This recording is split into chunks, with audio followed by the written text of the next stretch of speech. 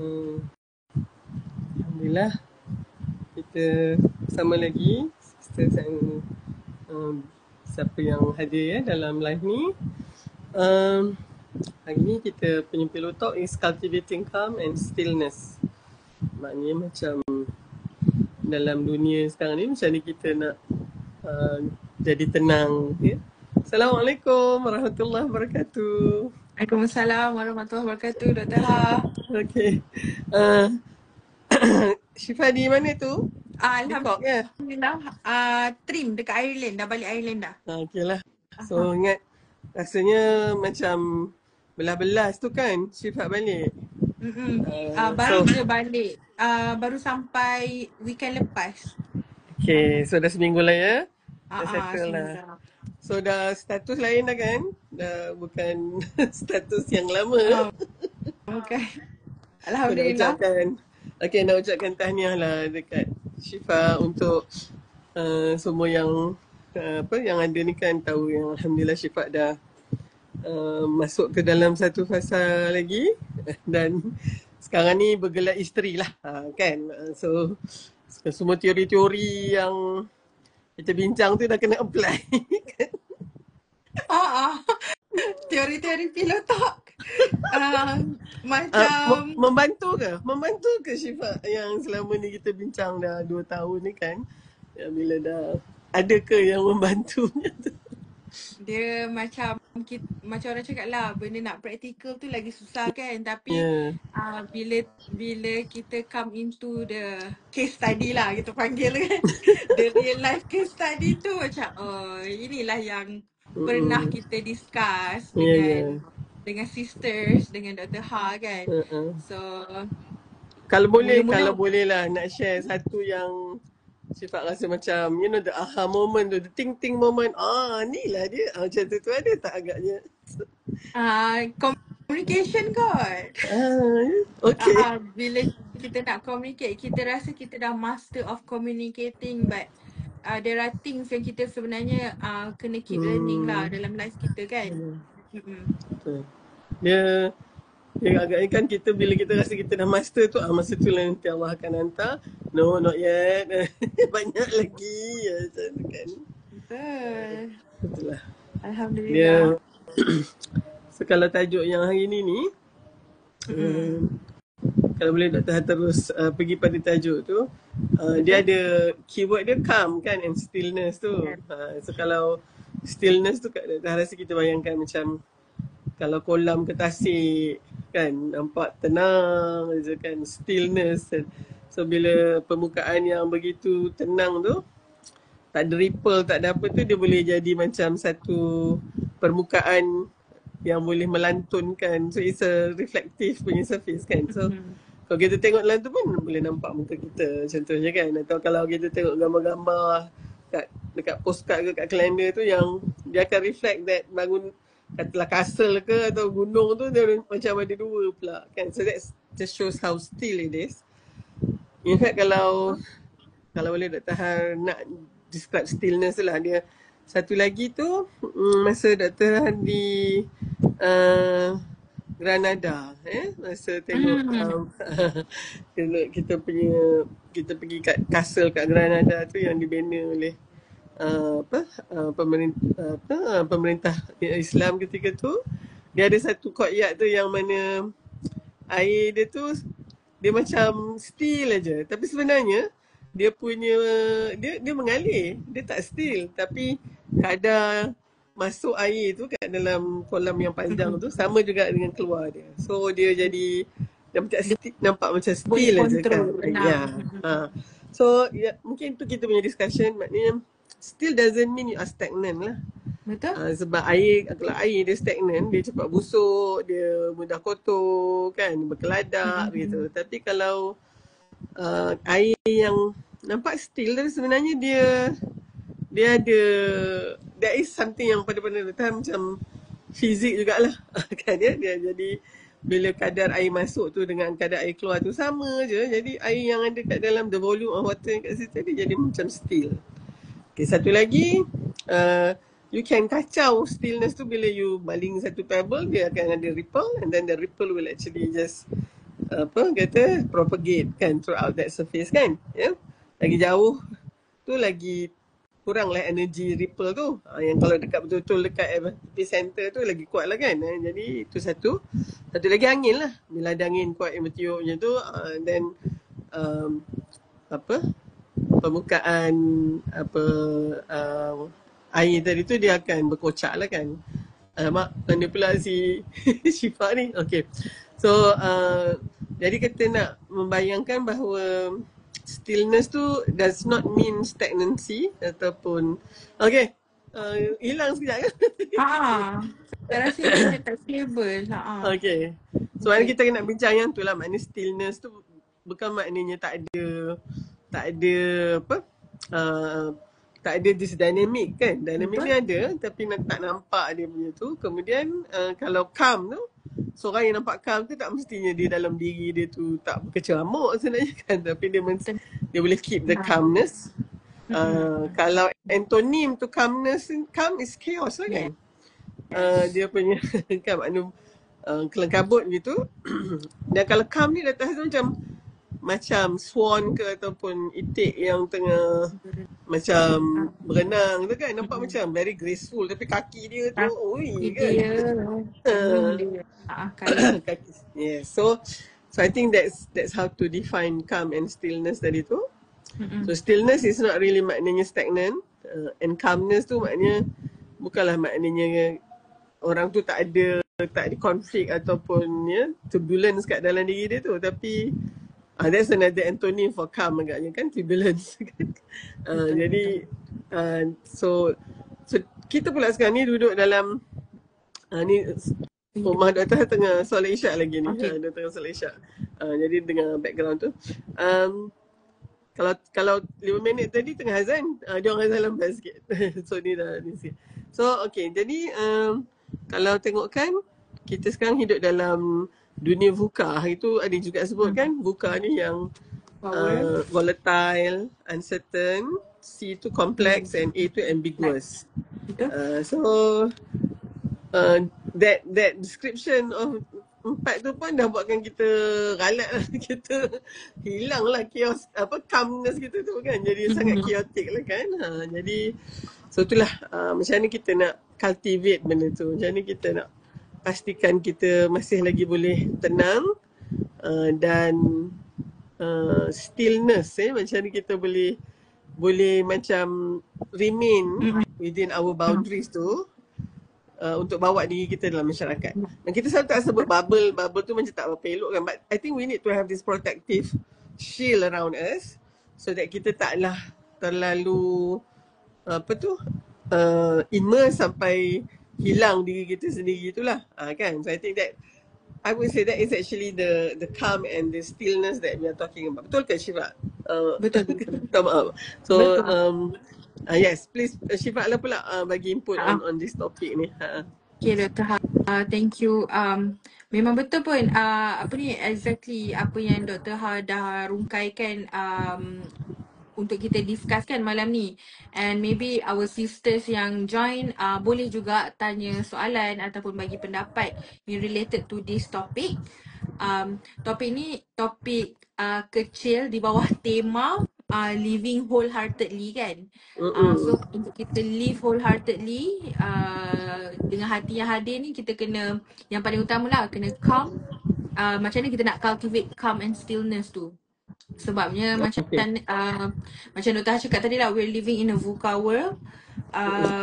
Dan untuk kita be present in life, tidak anxious, tak begitu reactive, it's a bit hard.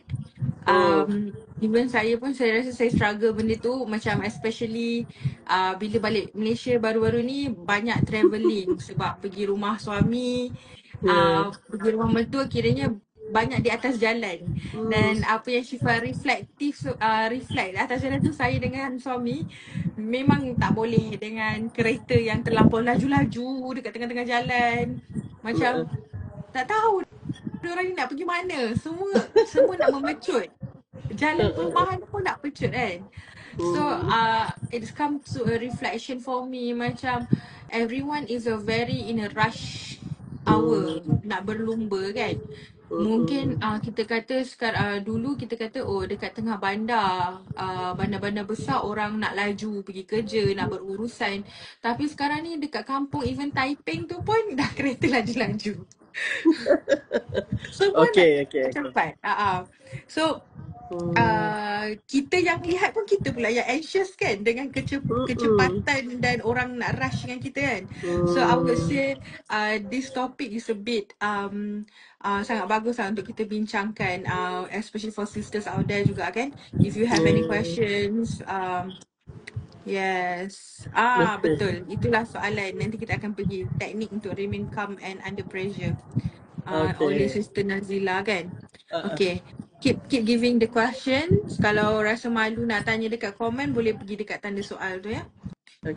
So Dr. Ha mungkin boleh give more on your thoughts. Tadi Dr. Ha dah bersikit about our life yang anxious and reactive, sangat emotion reactive ni. Macam mana kita nak deal with it, supaya kita boleh instill the calmness, cultivate the calmness dalam kehidupan kita.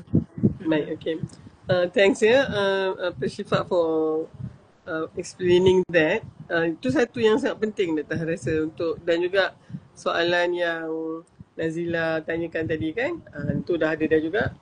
Balance, memperlahankan langkah untuk calm tapi nak laju untuk efficiency and growth. Yang ni pun sangat very important question. So tadi tu masa Syifa cakap tu, so kita tahu ya kita punya calmness ataupun kita punya state of mind kita ni sangat mudah terpengaruh dengan persekitaran kita. Jadi macam kalau kita orang lain semua calm je, kita pun calm juga. Tapi kalau misalnya tiba-tiba semua orang macam berebut, nak kiasu, semua nak dulu, kita pun nanti sekarang kalau kita diam je ni lagi kita tercicir. So kita pun join. Jadi situasi memang boleh mempengaruhi kita. So bayangkan kalau kita tengah kacau, sekarang jiwa kacau ni, tiba-tiba orang lain tu pun kacau juga. Tu yang makin lama dia escalate tu. Jadi kita pun mulalah mungkin suara pun naik. Kita punya non-verbal communication kita bertolak-tolak ni nanti kat Mekah tu kan. Kita letak pun baru cakap dengan Syifa, dengan Dina. Masa dekat Raudah tu kan, nak pergi kat situ, tempatnya sempit, masanya terhad, orangnya ramai. Jadi pakat macam memang survival of the fittest lah, tolak semua kan. Tapi kita sebenarnya di depan Rasulullah SAW tu kan. Jadi masa tu tak ingat lah, tak nangis kat situ. Kata, ya Rasulullah, saya sebenarnya kalau bukan kat tempat ni, saya sangat disiplin dan saya ni. Tapi kat sini ni jadi macam ni kan.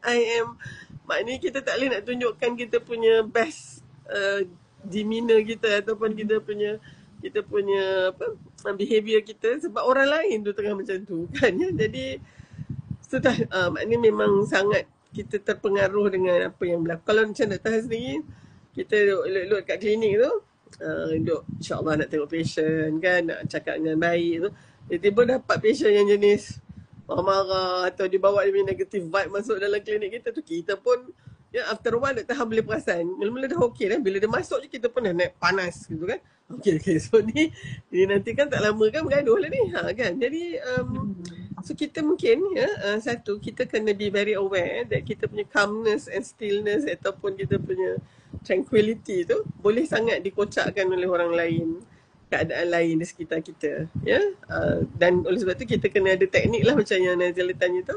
Kita kena ada teknik untuk defend ourselves atau shield ourselves from that lah kan. Okay. Lepas tu satu lagi tadi Dr. ada program di PD so pagi tadi pukul 8.30. So malam tadi dah check in lah kat hotel tu. Kebetulan check in dengan beberapa group of maybe 20 tourist dari sebuah negara yang tak nak cakap ni kan macam racist pula kan tapi I think dia orang cakap sangat kuat dan benda tu agaknya taklah susah sangat atau tak lain, tapi dia punya kiasu dia tu lah kan. Kita yang elok-elok duduk ni pun jadi macam and then of course the counter service tu, the receptionist semua tu memang can really see how much they try to restrain gitu kan. Jadi so rupanya kita memang boleh lah dan dah nampak tu dah tahu nanti Tanya betul-betul breakfast start pukul berapa. Because you jangan pergi lambat lah kalau breakfast hari Ahad ni kan. So dia tu pukul 7. So pukul 7 exactly tu dah tahan dekat bawah dah penuh dah. Kan? And then kita pun, yelah kalau kita take turn kan. Kita nak ambil ni. Dia lepas tu dah pergi tengok yang dekat serial punya tu kan.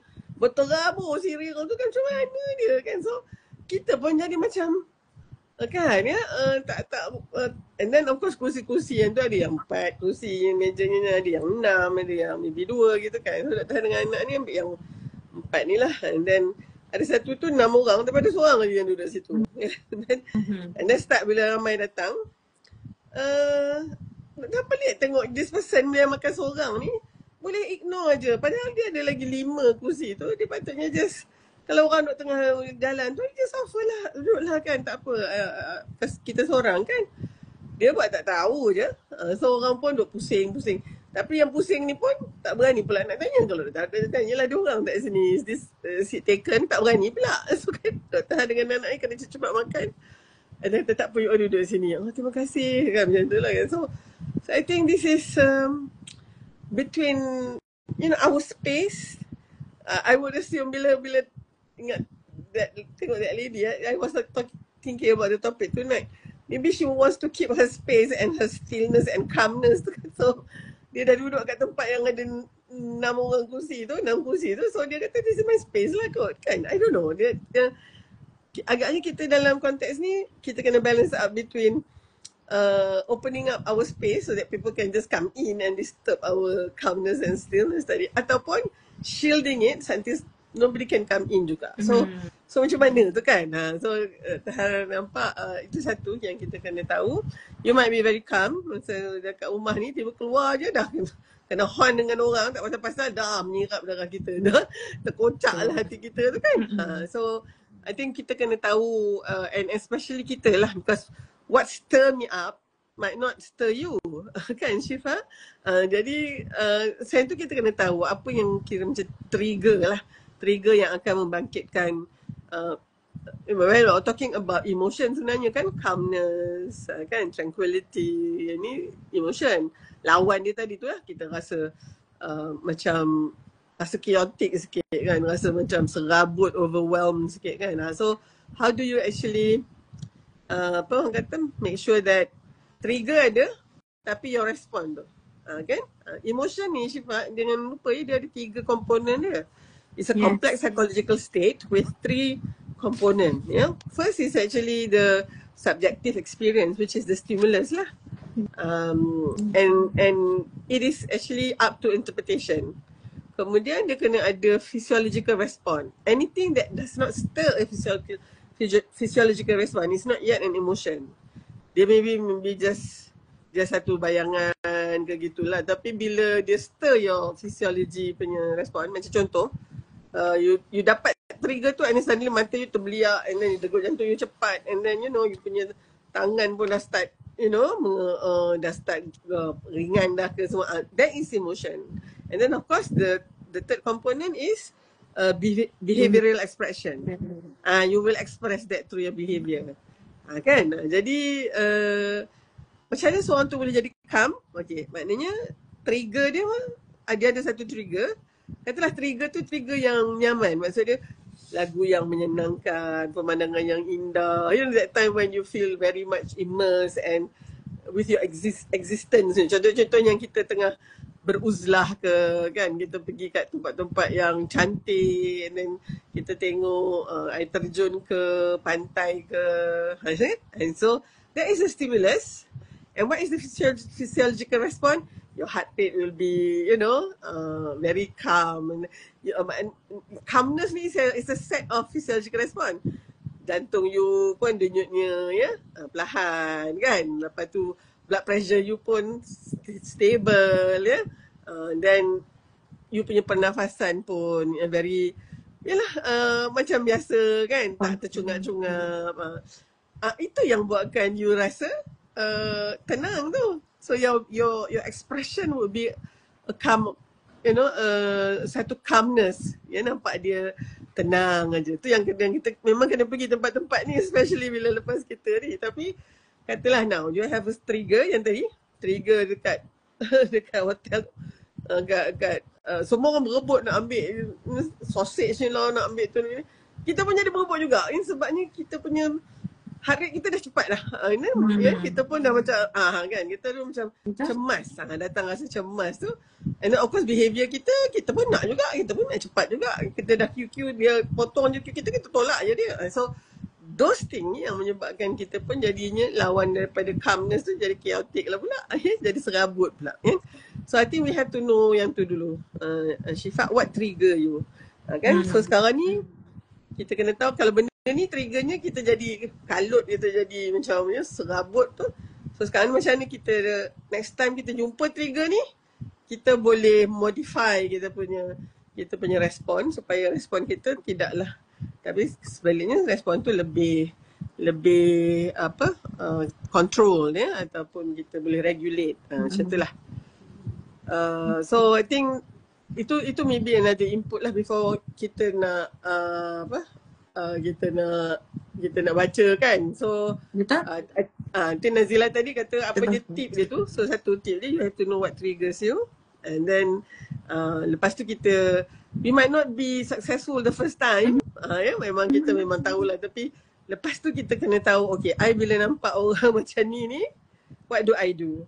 Kan agaknya kalau you ada masa, you bagi dulu diorang diorang berebut lah. Agaknya diorang pagi tu dah kena pergi bas tengah tunggu je lah kan. So kita bagi dulu, dah dia clear tu, baru kita ni. So kita pun will be kalau kita pun dalam masa yang sama kalut juga macam Syifa tadi kata kan, nak pecut juga. So kita kena lebih berhati-hatilah, takut nanti dia membahayakan kita juga kan. Tapi senangnya kalau Dr. Hala, Syifa, kalau ada yang kalau tadi pun atas Dina bawa kita, adalah yang duk cilok-cilok, dia cocok-cocok tu kan. So Nana pun kata, ni nak ke mana yang kalau sangat tu kata kan. So Dr. Harunya respon tu, agaknya ada isteri dalam tu yang nak beranak, so dia kena pergi ke hospital. Satu lagi, agaknya dia kena pergi toilet tu. Tu yang dia tak tahan tu kan. Jadi so yang tu dia takkan, bila jadi macam tu you tak trigger sekali lah. Kan ya. Jadi sebab you know lah, bila macam tu yang boleh jadi road bully and road rage tu kan, kita horn dia ke, dia pun pantang horn dia, dah jadi gaduh pula kan. So jadi kita kena ni lah. Okay. Boleh tak sebelum kita go through tadi, sebab ada point Dr. Ha yang menarik tentang macam Dr. Ha punya tips tentang macam mana nak manage to instill calm tu adalah first kita nak tahu what trigger us kan. In your perspective or maybe from the readings, trigger ni it could be our surrounding yang macam kita cakapkan tadi kan, our surrounding. Tapi Dr. Ha rasa boleh tak actually the trigger point actually coming from yourself juga? What do you think about it? Okay, pandai Syifa ni, Dr. Ha pun macam itu juga. Tapi nanti nak respon dulu yang Farhah kata, introvert dengan introvert, agaknya yang tu yang lady yang dekat kafe masa datang sarapan jadi kok ya, yang duduk tu introvert, dia nak keep dia punya space. Tapi yang duk tawaf nak minta duduk tu tak boleh pun introvert juga. Betul lah kan Farah, betul lah tu. Kalau yang extrovert macam Dr. Han ni, terus tanya je, boleh tak nak duduk sini macam tu kan. Okay.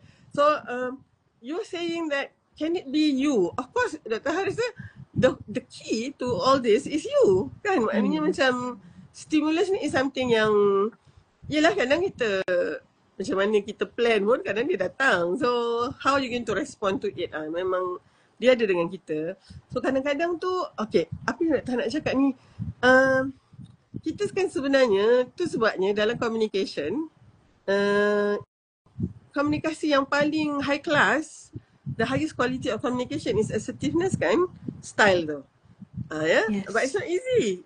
Selalunya passive aggressive. Bila ada passive yang selalu kata kan, message dia is my rights don't count, other people's others do. So I lose all the time, people win all the time. Macam tu tak boleh juga.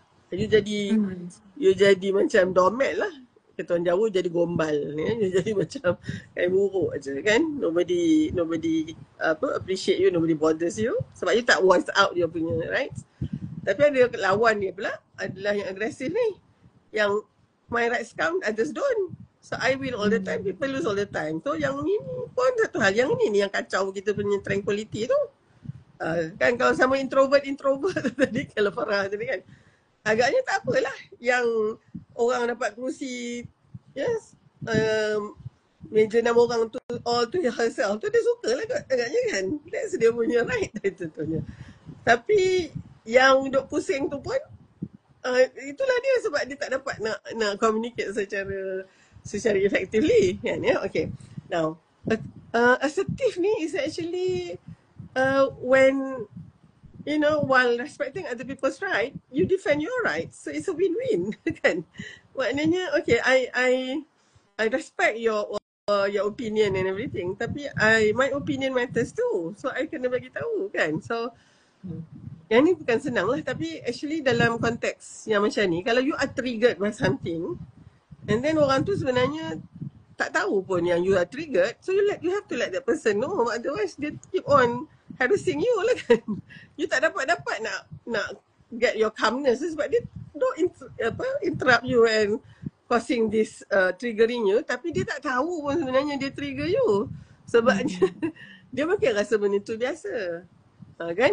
Ni cerita ni ada yang tak baca Stephen Covey katnya, and it stick with me tau. Dia macam selalunya kita ni yang kan dia ada 7 habits tu kan. Salah satu is seek to understand then to be understood. Maknanya kita kena faham dulu. That is actually how you get into assertive communication. You kena faham dulu kenapa orang tu buat macam tu, and then of course you kena minta juga that person to understand your perspective tu kan. So cerita dia, tak ingat, it stick with me that story. Kalau you baca sekarang ni pun, I think the 7 Habits of Highly Effective People tu, you can read this in that chapter yang seek to understand dan to be understood tu. Yeah? So dia kata apparently ada pernah sekali tu, I think dia pun dia dengar daripada somebody, tapi I think this happened to a friend yang bapak dia buat macam landscape sikit dekat depan rumah dia, and dia pakai this, kan kalau tengok landasan kereta api, dia punya kayu-kayu dia tu kan, that apa yang kata rail apa dia panggil, rail lock tu kan, yang kayu-kayu landasan tu cantik tu sebenarnya yang dah use tu. So dia beli and then dia jadikan fence. Cantik lah fence rumah pakcik ni kan. Tapi one day tu tengah dia build up tu, neighbor depan rumah dia, isteri dia datang, dia kata, is it possible if you might change all this to the ordinary fence, dia tu kan. So marahlah dia ni sebab dia spend a lot kan nak beli, nak cantikkan semua tu. So dia marah, tapi wah, dia kata husband dia is an elderly couple. Husband ni dulu pernah jadi pernah masa World War II, dia kena jadi buruh kasar, buruh paksa war ni, prisoner of war, and dia kena build up train ni. Tak tahan dia dekat Myanmar dulu kan, ada yang Jepun buat yang, I think that is either that atau in Germany lah. I think the Hitler Nazi kan dia buat macam tu juga kan, dia punya prisoner of war dia. So hari-hari kerja dia is actually to bawa this kayu ni tau. Masa tu dia muda, tapi itulah ya, dia bawa. So sekarang dia tak boleh tengok yang tu. Dia tak boleh tengok ni lah benda tu. So kalau katalah tengok sekali-sekala kan, tak apalah, tapi this is going to be everyday view dia, sebab neighbor depan rumah dia buat dia punya landscaping fence tu dengan landasan punya kayu tu. So of course, and then bila tahu tentang tu, macam dia actually trauma dia, yelah kan, we do not know macam mana trauma dia tu. So akhirnya this person tukar dia punya fence lah, sebab dia tak nak lah dia punya neighbor. So what I'm trying to tell you is, maybe this man might be an elderly lah kan ya, sebab World War II dulu, tapi dia mungkin lah nak enjoy a calm life. Suddenly dia buka tingkap dia satu hari, all that tu kan. So masa tu I think Stephen Covey to me lah has successfully impressed on me that sometimes what? Takkan pagar ni dia tak apa for another person. Oh, and It's a then big thing for them. right. So kan Dr. Han rasa macam you're asking about, it can be from your internal self, which is true lah. Who get triggered with the landscape like that kan? But for this elderly man, it was so painful sebab dia ingatkan masa dia dulu kan bawa tiap-tiap hari pegang benda tu, laid it on the track kan, and of course it will trigger other memories pula. So I think itulah dia ya, maknanya macam kita sekarang ni, sementara kita sendiri kena tahu apa benda yang trigger kita and kocakkan kita punya calmness tu, tapi kita juga might need to tell other people that these are the thing yang kita tu. So tu satu tip lah juga untuk Nazila, macam ni kita nak praktiskan calmness kita tu. So agaknya kita perlu juga communicate to other people around us, especially if the harassment comes very often and very constantly, and mainly because the other person tu agaknya tak perasan pun benda tu sebenarnya trigger you so much and cause you to make you suffer because you tak dapat that calmness yang you need tu lah. Okay. Okay, sambung kita ambil sambungan Nazila punya question, and then kita boleh pergi ke Una punya soalan pula ya Dr. Ha. Lepas tu dengan Farha punya. Nazila kata bila kita respon situation yang trigger ketenangan kita dengan chaotic, adakah kita consider as giving a negative vibe? Ketenangan kita dengan chaotic. Oh yeah, if you respond in very chaotic way, it is a negative vibe kan. Sebab tu pentingnya cara kita communicate apa yang kita rasa kot. Macam Dr. Ha advice tadi, cara kita nak menyampaikan apa kita punya perasaan ataupun nak communicate yang this thing triggered us. Yang macam Dr. Ha share kan. Okay. Memang betul lah, maknanya kalau kita respon kat orang yang kacau kita pun kacau dia balik tu, dia jadi gaduh lah. Macam tu je kan. An eye for an eye make the whole world blind kan ya. So it has to stop somewhere. Cumanya I think kita boleh go to Farhah punya juga, macam macam mana kita nak respond to trigger yang menyebabkan kita berkocak hati kita tu, supaya orang tu tahu ataupun the other party tu realize that this is actually triggering you, and you make your calmness apa tu semua tu tadi jadi become chaotic, and you would like that person to stop doing that kan. So memang nak tak nak memang kena bagi tahu, sebabnya kita ni biasalah tak ramai yang ikut Stephen Covey tu ya, stick to understand and to be understood. Kadang kita faham pun tapi kita sengaja juga, tak tahulah sebab kita ni memang mudah sangat dipermainkan oleh syaitan tu, jarum-jarum syaitan tu kan. Jadi so memang eventually, to me, if you want to keep your calmness and to be somebody who is in control, calmness ni macam you are in control kan, kiranya you can actually respond dengan chaotic and balas balik, tapi you restrain. Kan, yang itu yang calm tu, yang itu yang kita nak nampak tenang aja walaupun orang ni dia tak lawan balik contohnya kan. Macam mana tu is actually to know that you are in control ni sebenarnya. You are in control of the situation. You can actually let the other person know that you are not happy, but you tak payah buat cara dia lah. Dia provoke you, dia poke you, you poke dia balik. Tak. So you can boleh kata, dengan calm you tu lah. Saya tak tahu macam kenapa you keep on doing this. Sama ada nak buat saya marah ke apa kan. Tapi of course saya tak selesa.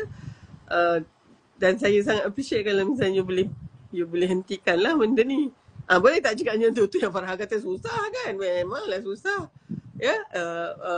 Nak tanya Dr. Ha ni kan, macam mana nak communicate effectively secara assertive walaupun you are extrovert, and then self-esteem main peranan tak untuk jadi assertive kan. So dia Dr. Ha nampak assertiveness ni dia datang daripada respect to yourself.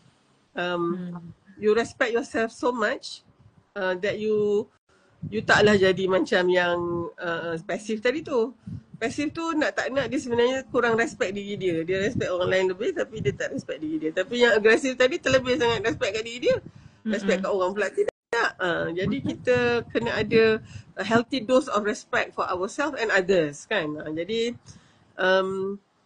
kebanyakan orang yang mungkin kan ya Farhah yang communicate dengan kita ni, jangan lupa dia passive agresif ya. Passive agresif ni yang lagi susah sebab ni yang loose tu. Ya, dia depan kita bagus, baik, belakang kita dia tebarnya, ya macam-macam step dia dekat belakang. So these are yang passive aggressive. Dia ni loose saja, ya. My rights don't matter, neither do yours. Ya, aku kalah, kau lagi kalah, tak apa. Menang jadi arang, kalah jadi abu. Macam tu je. So yang orang ni they are going to sort of affect kita punya calmness tadi sebab si pasif, orang yang pasif dia akan sentiasa lihat orang yang assertif ni agresif juga. Kan ya, sebab kalau ikut dia kena macam dia lah, diam je lah, janganlah bising-bising kan. Keep lah your calmness tu. Tapi kita ni assertif, kita duk ni. So pada dia kita agresif, kita attack dia. Bagi orang yang agresif, kita ni yang assertif ni still weak pada dia. Tak macam dia kan. So kita tak jerit kat dia, kita tak maki hamun dia. So dia anggap kita ni so, senang aja dia nak bulldoze kita. So tu dia. Orang pasif agresif, orang pasif agresif lagi lah takut dengan kita ni. Sebabnya dia punya jarak tu lagi jauh kan. Datang selalu kata kita punya communication style ni dia macam rhomboid, macam layang-layang tu. Kat sebelah sini bucu ni is pasif, bucu yang satu lagi tu agresif, yang atas tu adalah assertif, yang bawah ni adalah pasif agresif. Ya, so orang yang pasif agresif ni dia macam ada aku kisah dia tu. Tapi dia kisah sebenarnya. So pada pandangan Dr. Har, like every time Dr. Har nak jadi assertif, yang paling susah Dr. Har nak handle adalah orang yang pasif agresif. Sebab cara tu memang jauh betul. Kita kata kita tak selesa, kita tak senang, boleh tak tolong ya. Respect lah kita punya ni kan contohnya. Tapi si pasif agresif dia tak boleh macam tu. Ya. Dr. Har bagi satu contoh lah kan. Syifat boleh? Boleh? Kalau kat US, siapa yang pernah pergi US lah kan, tak tahu lah sebelum Trump ni lah kan, tapi Dr. selalu rasa, Dr. Alhamdulillah 8 kali agaknya ke US tu, ya. Every time step my feet on the soil of the United States of America ni, dia ada rasa macam some kind of freedom tau. You macam you boleh buat apa je kat sini. Maknanya you have your space gitulah kan. And coming from places yang macam kita, this part of the world is, kita punya structure society kita is collectivism. We always kata nanti apa orang lain kata. So kita kena abide on the rules kita kan. Kepada yang dekat West ni kebanyakannya individualism kan. So dia you tu as the most important. So selalu rasa ada freedom tu tau. And antaranya you can actually tell people that you do not like it. Macam tu kan. Dekat sini nanti apa orang kata. So dah tahu pernah and this example rasa really strike with a chord with me ni because tengah tunggu bus, it was winter lah kan, snow, kata tunggu bus nak pergi hospital. I was doing my fellowship masa tu, so I was the only one dekat station bus tu. Kat belakang ni ada row of macam office macam tu. So suddenly I dengar macam ada orang buka pintu of one of the office tu, and then came out an African American lady with the cigarette box, a pack of cigarettes dekat tangan dia. So dia duduk kat dalam, dia masuk kat dalam I punya enclosed bus stop tu. Dan dia nak smoke kat situ lah, mungkin boleh smoke kat dalam kan. And so bila dia tu, dia baru ternampak dia tarik kat situ. Dan dia pandang, our eyes lock, and then dia tunjuk dia punya cigarette tu. Do you mind? Dia kata kan. And then I just said, yeah, I do mind. I want to keep the air I breathe in as fresh as can be. Okay, dia kata, alright. Tu dia masuk balik. And then so, tak rasa apa-apa pun nak cakap, yeah, I do mind. Lepas tu bila Dr. naik atas bus tu, masa sampai dengan ekor mata Dr. nampak dia, this lady keluarlah. Lepas tu tunggu je bila lah doktor nak naik balik kan agaknya kan. Tapi I can say that. You know, so agaknya when you are talking with somebody who is assertive juga, so dia ada respect tu. The keyword here is respect. Tapi kalau kat Malaysia lah agaknya, ada orang nak mokok, satu dia tak tanya pun Dr. Har pun, boleh tak saya mokok kat sini, dia mokok je. And then Dr. Har ni kan, macam mana nak cakap kat dia that I am bothered, mulalah picit-picit hidung and bawa macam ni. Padahal, and kawan tu lama tak peduli pun. Kan, so passive aggressive ni is actually sangat menyakitkan hati lah. Sebabnya dia buat macam tak tahu je kan. Kita ni pula pun passive aggressive juga. Jadinya, so Dr. Han nampak, if you want to keep your calmness, first you have to try your best to be assertive most of the time, especially for people who encroach into your space, and don't feel sorry about that because that's your right. Tapi you have to do it courteous with a lot of, you know, akhlak dan adab lah. Bukanlah juga dia tu rasa jadi, and then sama-sama yang bertumbuk kat situ. Lagi lah kan. Jadi, so I do not know, does that make any sense to you, Shifa? Sorry. Dia make sense, tapi betul. The fact that we are able to menyuarakan tanpa rasa macam segan. It takes a practice lah. Dan betul sebenarnya. Sebab macam I do mind. Dia macam orang mungkin kata daring, tapi sebab tu lah kita kena daring greatly according to Brené Brown punya ni. Sebab kalau benda tu that's your rights, I think it's very important lah untuk kita communicate benda tu supaya kita dapat ketenangan yang kita nak tu kan. Betul-betul I agree. Coming back to respect tadi, Sifat sikit lagi on the respect tu kan. Okay. Dr. Han rasa sekarang ni Dr. Han nampak kalau misalnya somebody kan, dia buat something to another person, a bad thing to another person, kacau ke atau dia sebenarnya dia tak respect you sebenarnya. Now dia tak respect diri dia sendiri. How can dia respect orang lain kan? Yang ni Dr. Han, kami semua ni Dr. Han ada nak cakap pasal emotional intelligence ya. EQ ni, kecerdasan emosi ni tu my staff dekat hospital. My pula dah tak my lah. Dulu I boleh lah kata my staff dekat hospital Chancellor Tuanku Muhriz UKM ni, yang jabatan pesakit luar. Maknanya dia ni bukan kerja kat ward kan, dengan emergency medicine. So dia memang deal with patient. Dia ada first line of the unit hospital kan. Dia ni memang sangat besar ujian dia sebab kena deal dengan orang sakit ni. Walaupun dia mungkin baik orangnya, tapi masa dia sakit dia jadi monster kan. Dia sangat marah, sangat ni. So the first yang paling pertama rasa dia punya tempias marah dia tu kita ni lah, yang kat hospital ni lah. So memang kena cerdas emosi kalau tak ni kan.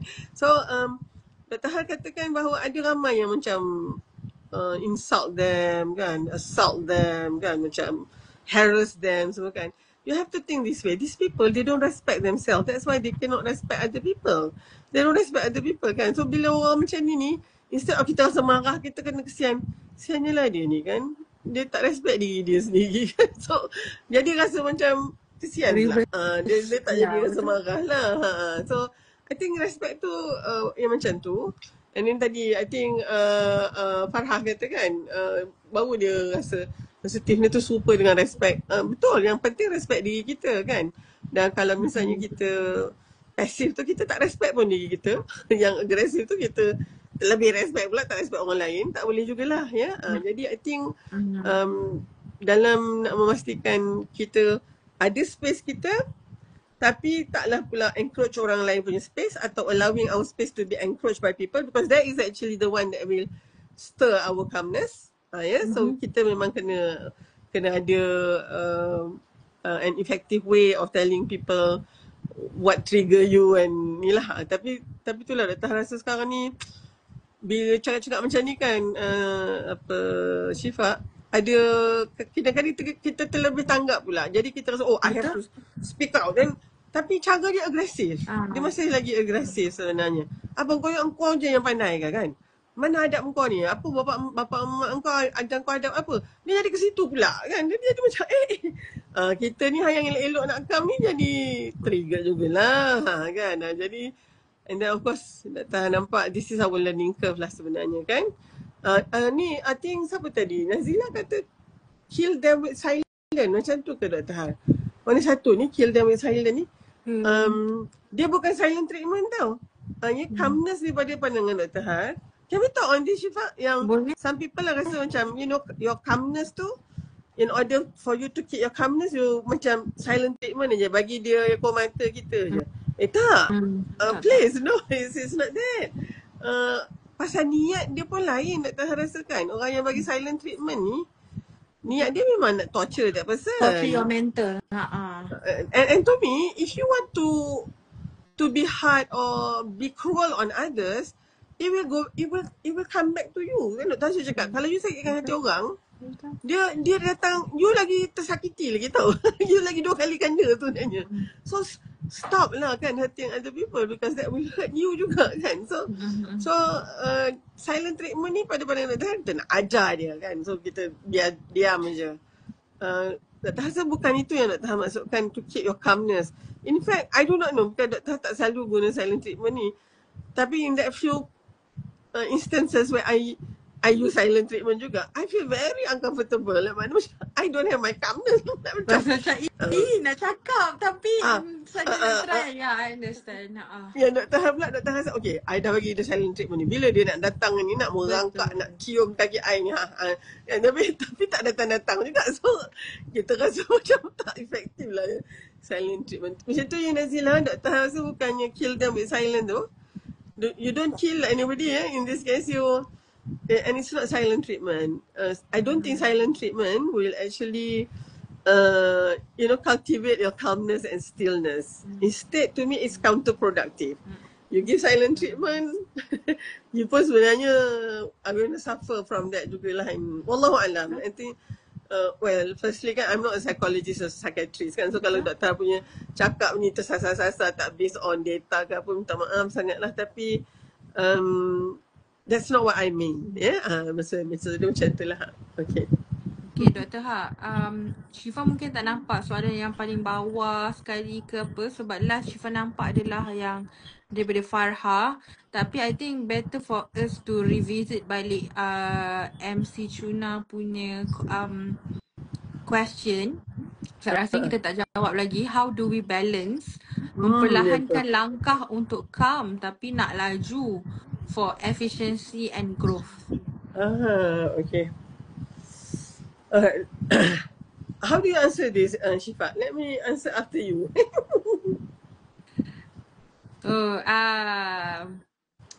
Memperlahankan langkah untuk calm tapi nak laju for efficiency and growth. I think it's you can do that tapi dia bukan perlahan. You tak bergerak because the motion, as long that you are moving, actually it's a sign of growth. Yang macam Dr. Ha cakap awal tadi, being stagnant tu yang tak growth. And then I think how you balance it adalah kita sendiri kena monitor kita punya capacity and not focusing on others punya. Kalau others dah berlari laju tapi kita tak boleh nak berlari laju, kita tak akan jadi calm lah sebab we are keep racing with the competitors with other people. Padahal the biggest competitor is ourselves. So I think itulah kot yang Syifa personally belajar throughout this years because I was like that as well. Yelah, apa ni, high achiever punya trait ni memahami lah. Macam kenapa aku tak dapat macam tu. We have that kind of question in our life.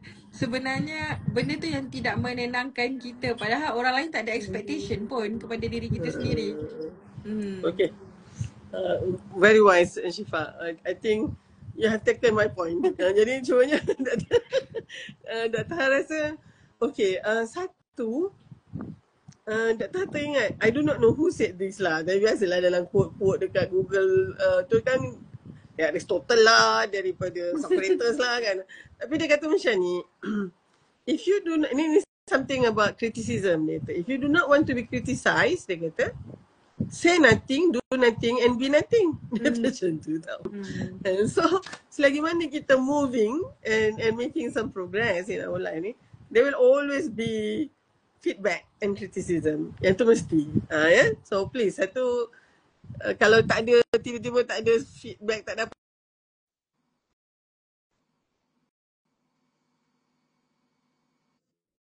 progress lah sebenarnya. Tapi the fact that you are macam MC Chuna kata kan, you memang nak you nak efficiency and growth, so you really have to, you know, keep on trying. Jatuh ni bangun lagi kan, because you need to be resilient kan. Jadi tapi do you need to slow down your pace so that you become calm? Otherwise nanti you nampak macam kiasu sangat. On the part of being calm ni, I think okay, I want to go to this emotional guidance scale. Again, this is not, ada orang kata it's pseudoscience. How can you number the emotion, 1 to 22, and then you kata 1 to 7 is a spiral up emotion, and then 8 to 22 is a spiral down. I don't care about that, but to me as a quantitative person, I'm glad somebody number the emotions. As somebody quantitative ni, bila you bagi number tu dia jadi macam okay, I boleh relate to it kan. So in order, yang number one ni adalah yang kita cari lah sebenarnya, kebahagiaan kita. Kalau kata ni nirwana kita lah kan, it is actually feeling bahagia tu, joyful, happiness, because you are knowledgeable, you are free, you can choose whatever you want, you are empowered, you are appreciated and you are loved. Benda tu buatkan you memang there is nirwana lah kiranya kan. Tu number one. Tapi I'm always interested to know what is number 7 tu yang penting, tu yang you nak kena tengok. Sebab without number 7 dia tak ada, dia spiral up tau. So bila 7 you dapat yang 6. And then 6 pula dia akan lead to 5 gitu kan. So I always look into apa di 7, and you know kan, Syifa kita orang bincang ni, 7 is contentment, feeling grateful and feeling enough. You know, kecukupan, rasa syukur kan. And then Zig Ziglar dia kata gratitude is the healthiest of all emotion in this world. The more you are grateful, you will have more things to be grateful of, dia kata. Ni ayat Quran lah ni. Siapa syukur aku tambah lagi kan. Sebab bila kita bersyukur, kita mula nampak benda kecil-kecil yang otherwise kita terlepas pandang tu. So bila, kalau yang emotional guidelines ni kan, ni Syifa, after you syukur, the next number 6 is actually feeling hopeful. There's a light at the end of the tunnel kan. You ada hope lah kan. Lepas being hopeful, you become optimistic. That is number 5. Number 4, maknanya you spiral up lagi to positive belief. I believe I can fly tu. You know? And so that is 7, 6, 5 and 4. And wait until I tell you number 3. Number 3 is enthusiasm. Maknanya you rasa teruja gitu kan. You rasa excited sangat benda tu. Rasa teruja ni maknanya bila you enthusiastic, orang tak panggil you pun you datang. Maknanya kalau orang tak bagi you duit pun you pergi pakai, tak apalah kan. And number 2 is actually passion. You know, passion is so powerful and so energizing. That's why orang yang passionate kan, they will spend their money on things that they are passionate on. And macam katalah kita passionate about justice and human rights. Kita memang tiap-tiap minggu pergi protes untuk Gaza tu. Padahal apa you dapat? You're passionate nak apa? Motor rider tu kan, you tengok yang Harley Davidson tu kan, dekat highway tu kan. Dah lah mahal dengan dia. Dia bukan boleh naik tu pakai kain pelekat je, dia kena pakai dengan dia punya leather jacket lah apa semua tu kan. But because they are passionate, they will spend their money on it. Passionate nak memancing. Dia belilah semua tu, pancing tu berapa ribu semua. When you are passionate, itu tu yang you can spend on it. Lepas tu you dapat satu joy. So I think we can actually dah 1 jam okay, dah 1 jam. Kalau Dr. Har nak put my card, where do I bet my card on when you talking about cultivating calmness and stillness? Be grateful. Apa-apa pun be grateful kan, you memang jadi rasa tenang lah. Dia macam kalau misalnya bermula tu macam belon tu nak meletup kan, tapi bila you start counting Allah punya blessing yang you ada kan, dia jadi macam kempen je dah.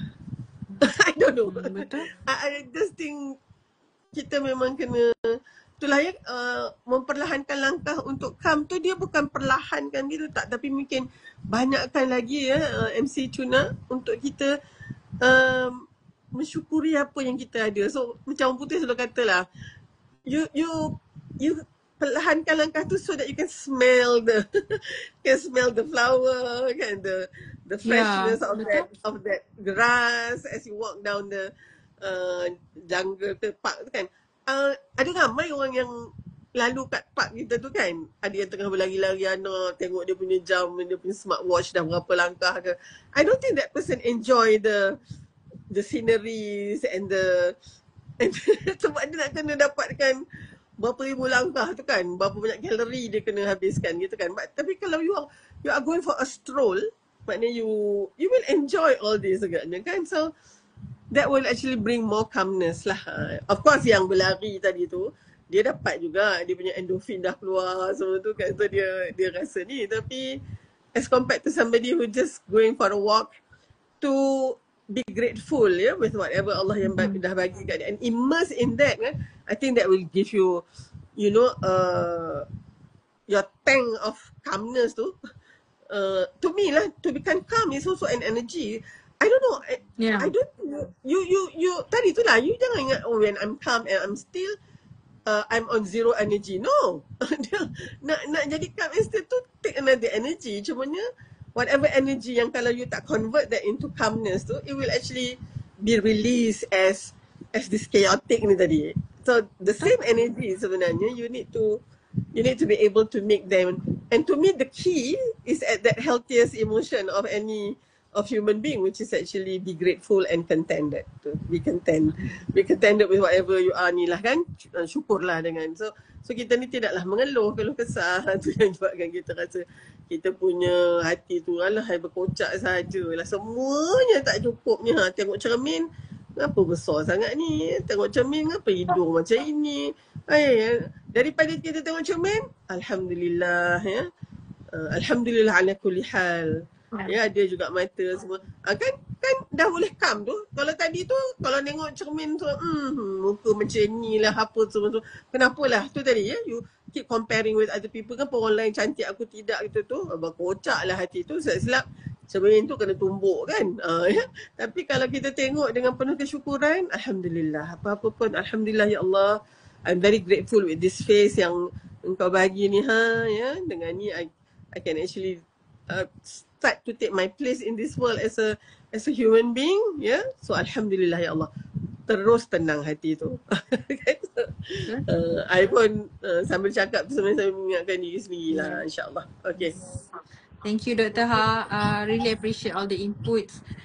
Hopefully mungkin kita a bit nak petik sikit one of Asmaul Husna, because semalam pun we've been revising Asmaul Husna related with As-Salam. Salam adalah kesejahteraan, ketenangan. Hopefully we always pray for that one, and then ketenangan tu akan membuatkan kita lebih efektif dalam kita nak atur our langkah or our planning our life ahead, because it's very priceless. Kalau kita diuji macam mana kisah Nabi Ayub yang dimintakan adalah ketenangan kan, macam dia tak directly minta bagi aku kesembuhan kan. Hopefully dengan ketenangan tu we able to plan ahead our life and face all the challenges dengan lebih wholeheartedly. Relate dengan the biggest theme and the topic. Ni Syifa Farha kan dia ada kata pasal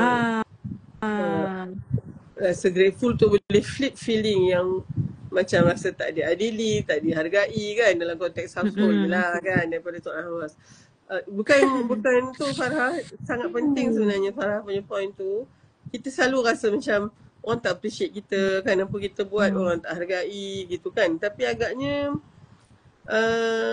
kita agaknya nak memujuk hati itulah kan sebenarnya Farah. Saidina Ali dia kata tau, aku telah rasa segala kepahitan dan kepahitan hidup, namun yang paling pahit berharap kepada manusia. So mungkin kadang ada masa yang bila kita rasa pahit tu kan, sebenarnya kita mengharap kepada manusia. So oleh sebab tu mungkin kita kena flip kan, dengan berharap pada Allah lah. Bukannya benda ni klise lah kan, memanglah kena berharap kat Allah. Manusia ni bukan ada, tapi tak, kita manusia biasa, kita nak juga orang hargai kan, semua gitu. Tapi kadang-kadang tak dapat. So tak apa, bila tak dapat tu kita tahu Allah memang dah simpan dah semua amal bakti kerja buat kita ni, semua Allah. Allah takkan sia-siakan biasa besar zarah pun. So kalau manusia tak hargai, tak apalah, Allah akan hargai. Dia macam, yelah kan, dah tak dapat tu, macam ni lah cakap orang yang rasa beaten down the track kan. Tapi dia bukan sebab kita kalah tu, tapi sebab kita kena letakkan betul-betul kat tempatnya lah. Ya. And this is easier said than done lah kan. Tapi bagi siapa yang mendengar ni, baik sekarang ke atau nanti dengar yang recording YouTube ke, if you feel you are not appreciated kan, ataupun tak diadili, tak dihargai, and it makes you feel penat lah sebenarnya kan. So mungkin this is the time yang ingat Saidina Ali cakap tu, memang kalau berharapkan manusia ni memang selalunya tak dapat lah apa yang kita harapkan tu. Tapi insyaAllah kita aware that Allah sebenarnya mempunyai mekanisme untuk memastikan apa saja yang kita buat ni tak sia-sia. Begitulah kan ya. So insyaAllah. Okay.